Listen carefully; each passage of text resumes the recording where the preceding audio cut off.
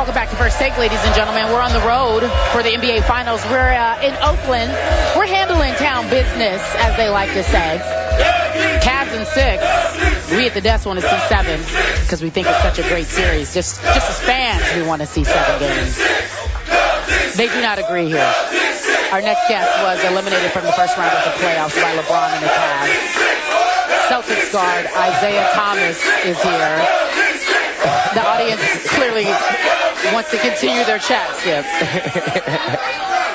You guys, I was giving him a wonderful introduction. I was saying, give it up for Celtics guard Isaiah Thomas amongst the chant. Can you guys give him a round of applause, please? Put your hands together for him. I'd appreciate that. Thank you. Obviously, we should know that LeBron and the Cavs took you guys out in the first round in the Eastern Conference playoffs. However, I want to talk about this specifically. You were there when Kevin Love was injured. Kelly Olynyk said it was just an accident. He didn't do it purposefully. But let's talk about that series and how it plays out. If Kevin Love is still playing, how do you see the series ending? I think the Cavs will win. Do you think they're going to win now? Do you believe they'll win without him? No, I don't think they'll win without. LeBron needs help. And nobody's helping them at this point. So I think the Warriors will definitely win this series. Do you find yourself as a guard, the miniature guard that you are in terms of your ability? He's 5'9". So you know, I got bad love for you. He knows that about. Yeah. I mean, you got skills, you can ball, but more importantly, I'm watching the guards on Cleveland as a guard in the NBA. Do you find yourself frustrated that, man, if I were playing with LeBron, oh my goodness, I can't believe the help he's not getting. What goes through a guard's mind that's not playing with LeBron when you see what's going on in this series? I mean, LeBron just makes the game so much more easier than for anybody out there on the court, and it's kind of not embarrassing, but it's embarrassing. Okay, you said it. You said it. It's not. He needs help, and it's sad because they're in the NBA, and it's like they're playing hot potato. When he passes it, they pass it right back. And you can't win a championship like that. You got to do something. By the way, when you refer to miniature, you know what they say about dynamite? It comes in small packages. This right here. This is some dynamite in small packages. No question. Thank you. You got it. That's true. Now, you realize if Kevin Love had not gotten hurt in your series, Tristan Thompson would not have emerged as a force in these playoffs the way he has emerged.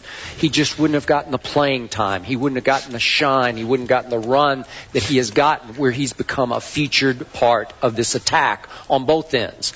So I can make a case that they've been a little better off without Kevin Love. That's tough to say. I mean, Tristan Thompson has played very well. He has. I mean, he surprised a lot of people. He's probably going to make a lot of money. I'd say he just made a lot of money. Yep. After this year. But, I mean, it's Kevin Love, though. Like, that's an all-star guy that before this year, what he averaged, 26 and 12.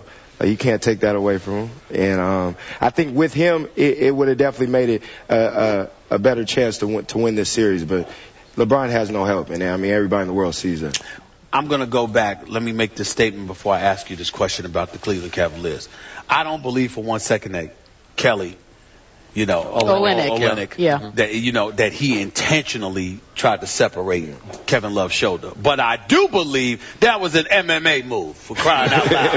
Okay? I do believe that. I don't believe the intent was to hurt him. I thought the intent was to just stop him so he could get the ball. But don't tell me that was a basketball move. It was not. Now, having said all of that, I know how you feel about Love, but to me, even without Love, what would this series have been like if Kyrie Irving were healthy and could play the whole series? I think if LeBron just had one other guy. I mean, you see Cleveland's been in every game but one. I mean, they've led almost the whole game, each game, and they just don't have enough at the end. I mean, they run out of gas. Yeah, they run out of gas. LeBron ran out of gas, and Golden State obviously has more help, and they are the better team right now. So we just discussed this, and I want your thoughts on this. All of a sudden, a guy in Andre Iguodala, who once upon a time back in 06-07 made 82% of his free throws for a whole year, can't make a free throw. He goes 2 for 11. As a shooter, what is going on, in your view, in his head right now with the demons he's got to work through to start making free throws?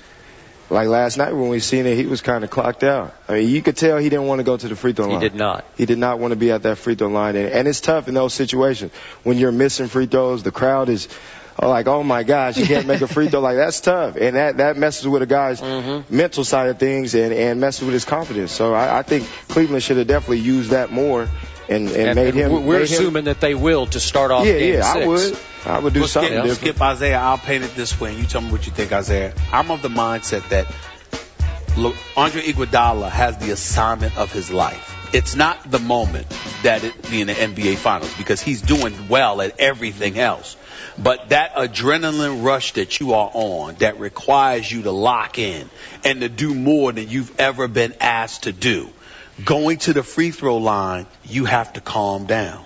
You have to settle. I'll buy that. And some guys don't know how to do that, and I think that's what's happening with Andre Iguodala. Did that you say what? I think so, too. He's just not. He has to lock in. Somehow, he's a pro. I mean, he's been in here, 10-plus years. He has to figure it out. Yeah. Never been here, though. Never been in the finals. He hasn't. I mean, and I couldn't even explain how that feeling is because I've never been there. But at the same time, as a pro, you have to figure it out. You got to be able to. Do you think fatigue has been a factor? But he's playing so hard against LeBron on the defense. I know it's not fatigue because he's in phenomenal shape and he's hyped about being here. It's not fatigue with him. It's having that ability to settle down because you're amped up, not just offensively in terms of, first of all, you're being dared because they put Timothy Mozgov, somebody like that on you, and they're leaving you open and saying, we're going to guard everybody else. Damn it, shoot the ball. You're like, what? So all of a sudden you're hyped up about that. Then you've got to be hyped up about defending the best player in the world. So you're doing all of these things on both ends of the floor. Now you've been inserted into the starting lineup, playing additional minutes. I think what's his numbers here in terms of 42 minutes, 28 seconds. That's more minutes. He's coming off the bench this year. So you're playing, and then all of a sudden you got to settle down, sort of woosah, for lack of a better word, and go, all right, I got to settle down and hit these free throws. I think that's the adjustment that he's struggling to make because he's never been this awful. No. But he's shooting like a big man. Yeah. Ooh. Like a DeAndre Jordan big man. I'm talking about from the free throw line. I know. I didn't say that. I'm saying from the free throw line, not from the field. Not from the field, just from the free throw line. Well, I made the point. LeBron had a shot to tie it at 86 with 4:24 left in the game. And Iguodala comes right down from the corner and makes the shot of the night, which was the breakaway three that started to develop a little cushion. Then LeBron didn't box out Harrison Barnes, and Iggy got the little putback. All of a sudden, it goes to a 7-point game, and that's when Steph went off. Okay, so we should ask him about Steph. What your view of Steph last night? What do you think? MVP. I mean, he took over when he needed to. The plays he makes is unbelievable. The plays he makes are like the plays you try to do in video games. Right. I mean, the shots he takes, the shots he makes, he's unbelievable shot maker, and he showed why he's the MVP. So do you think it'll be Warriors in 6 or 7?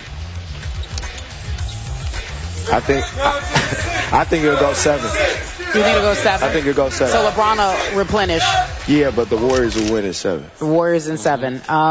Let's not ignore Draymond Green for a second, y'all. Yeah. Draymond Green was getting vilified, and rightfully so, because as he admitted, he was God of when your grandmama got to text you and say, you're playing bad.